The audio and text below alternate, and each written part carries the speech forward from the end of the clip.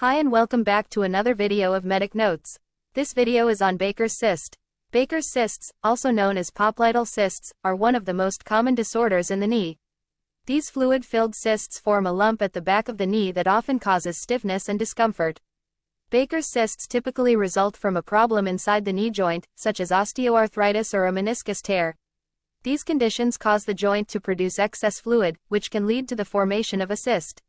Most Baker's cysts will improve with non-surgical treatment that includes changes in activity and anti-inflammatory medications.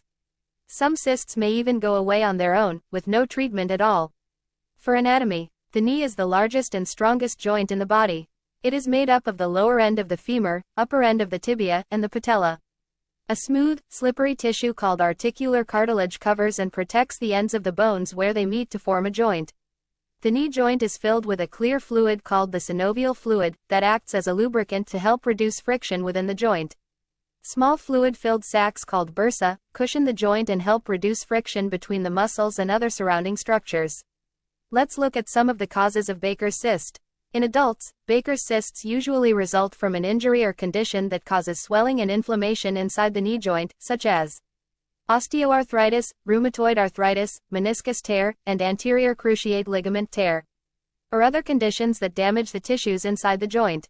In response to this inflammation, the knee produces excess synovial fluid, which travels behind the knee and accumulates in the popliteal bursa. The bursa then swells and bulges, forming a Baker's cyst. In younger patients, Baker's cysts often have no known cause. A cyst forms when excess synovial fluid travels to the popliteal bursa at the back of the knee. This is a picture showing the Baker's cyst. Some Baker's cysts cause no symptoms and are only discovered incidentally during a physical exam or when an MRI scan is performed for some other reason. When symptoms do occur, they may include a feeling of fullness or a lump behind the knee pain, stiffness or tightness at the back of the knee, and swelling in your knee and lower leg. If the cyst becomes very large, it can interfere with blood flow in the veins of your leg. This can cause pain, swelling, weakness, or even numbness if there is nerve compression. Very rarely, the cyst can even burst. Sometimes the symptoms of a cyst may resemble those of a blood clot or deep vein thrombosis, a much more serious problem. If you have increasing pain and swelling in your calf, it is important to seek medical care right away to rule out a blood clot.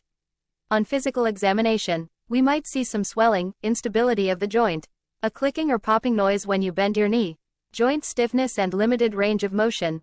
Often, a cyst will become firm when the knee is fully extended and soft when the knee is bent. For investigations, do a knee X-ray to look for narrowing of joint space or any sign of arthritis in the joint. This picture on the left shows normal joint space in knee joint versus severe loss of joint space.